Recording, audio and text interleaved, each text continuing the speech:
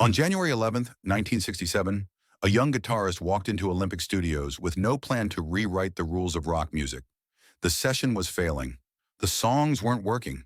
Hours had been wasted chasing something that refused to appear. Then during a break, he picked up his Stratocaster just to kill time. No one was recording. No one was paying attention. And in that careless moment, everything changed.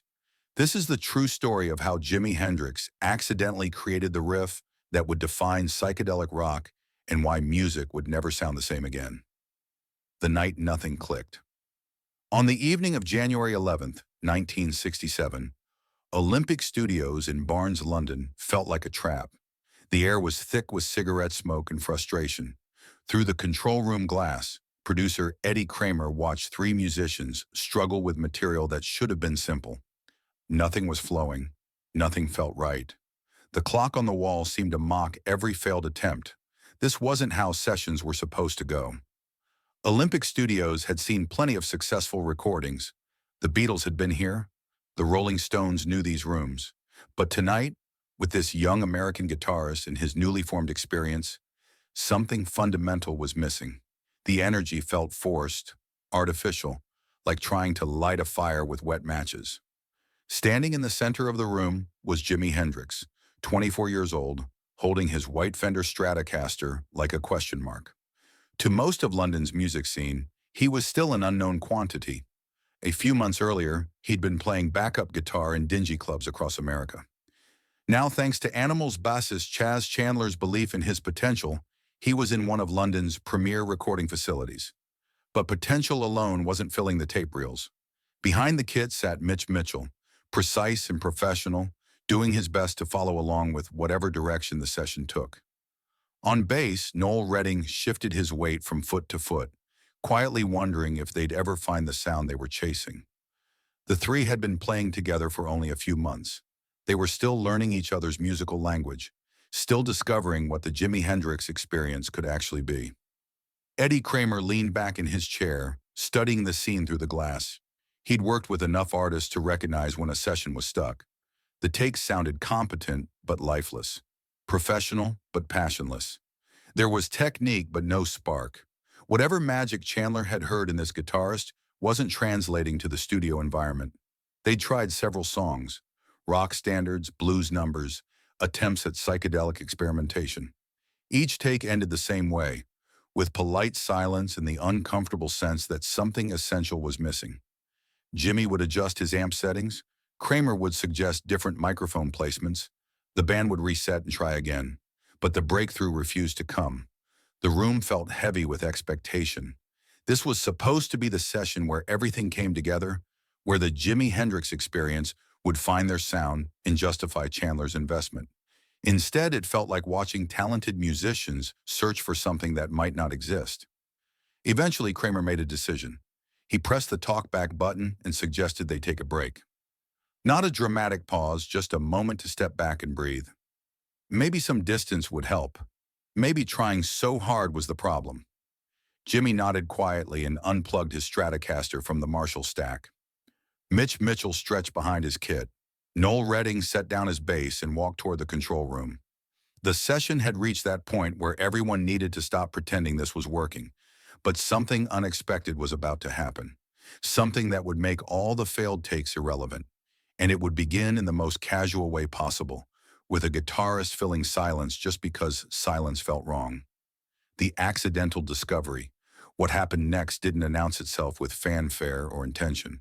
It began with Jimmy, alone in the studio, absently fingering his unplugged Stratocaster. The others had stepped away. Kramer was reviewing tape, Mitch was getting coffee, Noel was smoking in the hallway. For the first time all evening, there was no pressure to create something commercial or radio-friendly. Jimmy sat on the edge of his amplifier, the Stratocaster resting across his lap. His fingers moved without conscious direction, finding frets, bending strings, creating sounds only he could hear. This wasn't practice. This wasn't composition. This was just a musician's natural state, touching his instrument because that's what musicians do when instruments are available. His thumb found the low E string.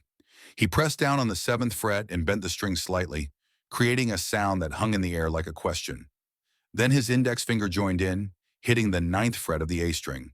The two notes created an interval that felt somehow both familiar and wrong, consonant and dissonant, beautiful and ugly at the same time. He repeated the phrase, this time with more conviction. The unplugged electric guitar made only whisper sounds, but something about the note combination felt significant. Not revolutionary, just interesting enough to explore further. From the control room, Eddie Kramer glanced up from his tape reels. Through the glass, he could see Jimmy bent over his guitar, completely absorbed in whatever he was playing. There was no sound coming through the monitors, but something about the guitarist's body language caught his attention. This looked different from the frustrated experimentation they'd been doing all evening. Jimmy plugged his Stratocaster back into the Marshall stack. The same two-note phrase suddenly filled the room, but now it had power behind it. The amp was set to a moderate overdrive, not the clean tones they'd been using for the session. The distortion gave the notes weight and menace, transforming what had been a simple interval into something more complex and threatening. He repeated the phrase again, this time adding a slight vibrato with his fretting hand. The notes seemed to wrestle with each other, creating a tension that demanded resolution but never quite found it. It sounded like a question that couldn't be answered, a musical statement that refused to conclude. In the control room, Kramer stopped what he was doing entirely. This wasn't background noise. This was something else. The two-note motif had an immediate impact, a quality that made ignoring it impossible. It didn't sound like anything currently on the radio. It didn't fit comfortably into any established category. Mitch Mitchell returned to the studio and heard the riff immediately. He paused in the doorway, head tilted, trying to understand what he was hearing. The notes seemed to hang in the air longer than physics should allow, creating an atmosphere that felt both hypnotic and slightly unsettling. Noel Redding came back from the hallway and found himself drawn toward the sound. Without being asked, he picked up his bass and began following along, finding a simple pattern that supported the riff without competing with it. The bass line emerged naturally, like water finding the path of least resistance. Jimmy continued playing the phrase, but now he began to vary it. Sometimes he'd hold the bent note longer. Sometimes he'd attack it more aggressively. Sometimes he'd let it fade into feedback before starting again. What had begun as a two-note accident was becoming a structured musical idea. Kramer reached for the recording controls. Something told him this moment needed to be preserved, even if no one fully understood what they were capturing. The tape started rolling, quietly documenting what would soon become one of the most recognizable riffs in rock history. But in that moment, it was just three musicians following instinct, playing something that felt good without questioning why it worked or where it might lead, the sound that wouldn't behave. As the riff developed, something unusual began to happen. The two-note motif started to take on a life of its own, creating effects that seemed to extend beyond the sum of its parts. When Jimmy bent the seventh fret note, it created overtones that interacted with the Marshall amplifier in unexpected ways. The sound wasn't just loud, it was dimensional, occupying space in the room like a physical presence. Eddie Kramer leaned forward in his chair, studying what was coming through the monitors. In his years of recording, he'd heard countless guitar riffs. Most were variations on established patterns, familiar phrases dressed up with new arrangements or production techniques. This was different. This had an inherent strangeness that couldn't be explained by conventional music theory. The riff seemed to exist in a constant state of tension. It never resolved to a comfortable harmonic destination. Instead, it hung suspended, creating a sense of unease that was somehow compelling rather than unpleasant. It was music that didn't try to please or comfort. It simply was, asserting its right to exist without explanation or apology. Mitch Mitchell began adding drum patterns, tentative at first, then with growing confidence. His playing wasn't complex, just a steady pulse that gave the riff a rhythmic foundation without interfering with its essential character. He seemed to understand instinctively that this music needed space to breathe, room to create its own atmosphere. Jimmy's playing grew more adventurous. He began using the tremolo bar on his Stratocaster, bending pitches in ways that made the riff sound even more unstable and otherworldly. Sometimes the notes would dive below their intended pitch before snapping back. Sometimes they'd climb higher than the fret position suggested they should. The guitar began to sound less like a traditional instrument and more like a voice expressing emotions that had no names. In the control room, Kramer found himself reaching for EQ controls without quite knowing why. Something about this music demanded a different approach to recording. The standard techniques he'd used for rock or blues didn't seem appropriate. This needed to sound larger, more immersive, more dangerous. He boosted the low mids slightly, giving the riff more weight. He added a touch of reverb, creating the sense that the music was happening in a vast, undefined space. Small adjustments that transformed the sound from something that came out of speakers to something that seemed to surround the listener. What none of them realized was that they were stumbling toward a new musical language. The riff that had emerged by accident was pointing toward possibilities that rock music had never explored. It wasn't blues-based or country-influenced. It existed in its own sonic territory, creating its own rules, establishing its own aesthetic. Noel Redding's bass line grew more confident, locking in with Mitchell's drums to create a rhythm section that pushed and pulled against the riff without overwhelming it. The three musicians were learning to play together in real time, discovering how their individual voices could combine to create something larger than any of them could produce alone. But it was Jimmy's guitar that remained the focus, that two-note motif continuing to assert itself with hypnotic insistence. It was simple enough to remember after one hearing, complex enough to reveal new details with each repetition. It was music that worked on both conscious and subconscious levels, appealing to the mind while bypassing rational analysis entirely. As the tape continued rolling, capturing every nuance of this accidental creation, none of them understood that they were documenting a sound that would influence countless musicians over the following decades. They were simply three players following a musical idea to its natural conclusion, letting instinct guide them towards something they couldn't have planned or predicted. The revolution disguised as play. 20 minutes later, when they finally stopped playing, the studio fell into a different kind of silence. Not the frustrated quiet of earlier in the evening, but the focused stillness that settles when people are trying to process what they've just experienced. The riff had evolved into something approaching a complete musical statement, with variations and dynamic shifts that gave it the structure of a song. Eddie Kramer pressed the stop button on the tape machine and sat back in his chair. Through the glass, he could see the three musicians looking at each other with expressions of mild surprise, as if they weren't quite sure how the last 20 minutes had happened. No one seemed ready to declare what they just recorded, but everyone seemed to understand that it had been significant. Jimmy unplugged his Stratocaster and leaned it against his amplifier. His movement was casual, unremarkable, giving no indication that he just created something revolutionary. To him, it had simply been an exploration, a musical conversation between three players who were learning to understand each other. "What do you want to call it?" Kramer asked through the talkback.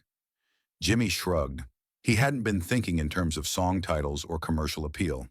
The music had emerged organically, without predetermined goals or marketing considerations. Naming it felt like an afterthought, an administrative detail that had little to do with what had actually happened. "Purple Haze," he said after a moment, the words coming from some unconscious place that connected to the music's mysterious, otherworldly quality. The title seemed to fit without explanation. It captured something about the riff's dreamlike, slightly disorienting effect. Purple wasn't a color typically associated with sound, but somehow it made sense in relation to what they just created. Haze suggested something unclear, indefinite, suspended between states. Kramer made a note on the tape box. "Purple Haze, take one." It looked ordinary, written down, just another entry in a recording session log. Nothing about the handwriting suggested that this particular take would be studied and analyzed for decades to come. The session continued with other material, but the energy had shifted. The accidental discovery of that riff had broken something open, creating a sense of possibility that hadn't existed earlier in the evening. The other songs they recorded that night were competent, professional, but none carried the immediate impact of that first spontaneous creation.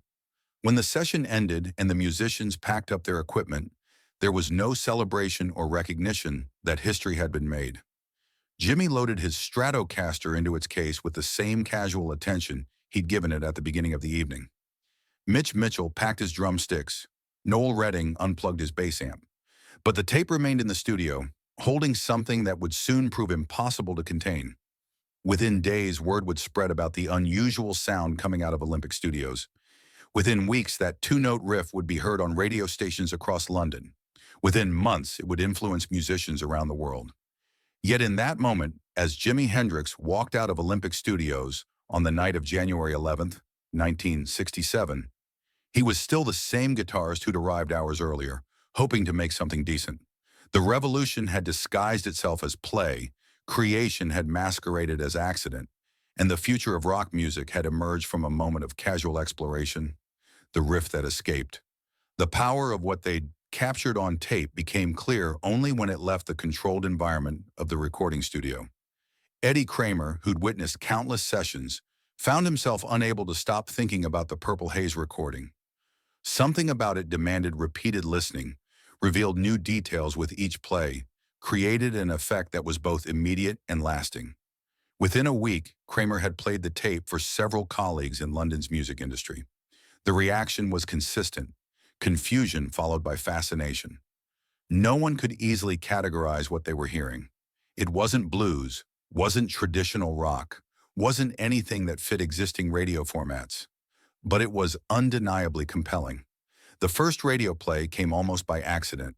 John Peel, the influential BBC DJ known for championing unusual music, heard the recording through an industry connection. He played it late one night without extensive introduction, letting the riff speak for itself.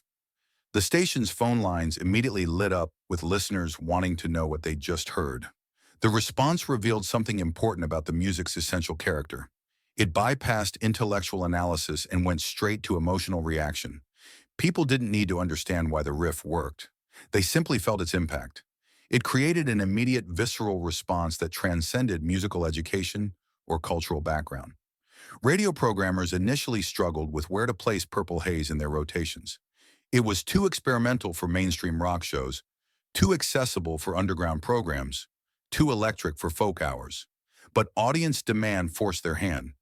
Listeners actively requested the song, calling stations to ask when it would be played again.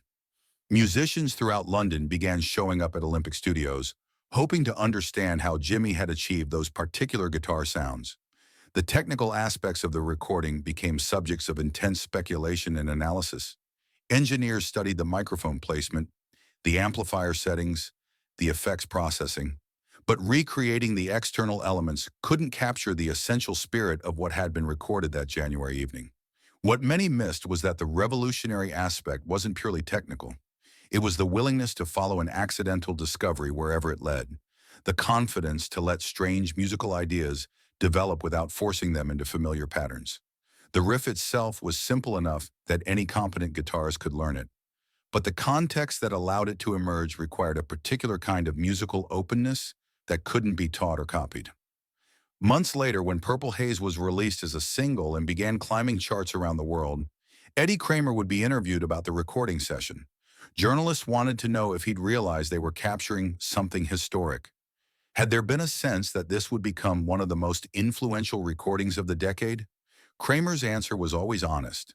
No one in the studio that night was thinking in terms of history or influence. They were simply following musical instincts, exploring sounds that felt interesting, documenting whatever emerged from the process. The significance became apparent only in retrospect, when the wider world had a chance to hear what three musicians had created during a casual break in a struggling recording session. But that honesty revealed something crucial about how genuine innovation actually occurs. It doesn't announce itself with grand declarations or conscious intentions to change everything. It slips into existence through moments of play, accidents that are recognized and preserved, instances when artists trust their instincts more than their plans, the legacy that no one planned. Years later, when music historians analyze the development of psychedelic rock, they would point to January 11th, 1967 as a crucial turning point. The Purple Haze riff became a template for countless other musicians, a demonstration that guitar music could be simultaneously primitive and sophisticated, accessible and experimental. But Eddie Kramer, who'd been there when it happened, always emphasized the accidental nature of the discovery. In interviews decades after the session, he described the casual way the riff had emerged, the lack of grand intentions, the simple process of following an interesting musical idea to its natural conclusion. Jimmy wasn't trying to invent psychedelic rock, Kramer would say. He was just playing his guitar during a break, and something interesting came out. We were smart enough to recognize it and record it, but no one was thinking about movements or genres or changing the course of popular music. That perspective revealed something important about creative breakthroughs. They rarely result from deliberate attempts to be revolutionary. Instead, they emerge from artists who are completely absorbed in the immediate process of making music, following their curiosity without concerning themselves with commercial or historical implications. The Purple Haze session became a model for how the Jimi Hendrix experience would continue working. They learned to trust accidents, to preserve moments of spontaneous creativity, to recognize when something unusual was happening, and document it before rational analysis could interfere with the process. Other musicians who heard the story began approaching their own recording sessions differently. The idea that the most significant breakthroughs might come during breaks, when pressure was removed and consciousness relaxed, influenced how many artists structured their studio time. But perhaps the most important lesson was about the nature of genius itself. Jimi Hendrix didn't walk into Olympic studios with a predetermined plan to create one of rock's most influential riffs. He simply responded honestly to musical possibilities as they presented themselves, without overthinking or forcing outcomes. That night in January 1967, when a frustrated recording session was saved by a moment of casual exploration, demonstrated that the most profound changes often arrive disguised as play. Purple Haze didn't announce itself as a revolution. It slipped into existence through two notes that happened to fit together in an interesting way, preserved by people wise enough to recognize that something significant had occurred. And that, perhaps, is why the music still matters 5 decades later. Not because it was planned or calculated, but because it emerged from a genuine moment of discovery when three musicians stopped trying to create something important and simply followed wherever their instincts led them. The revolution had disguised itself as an accident, and the accident had changed everything.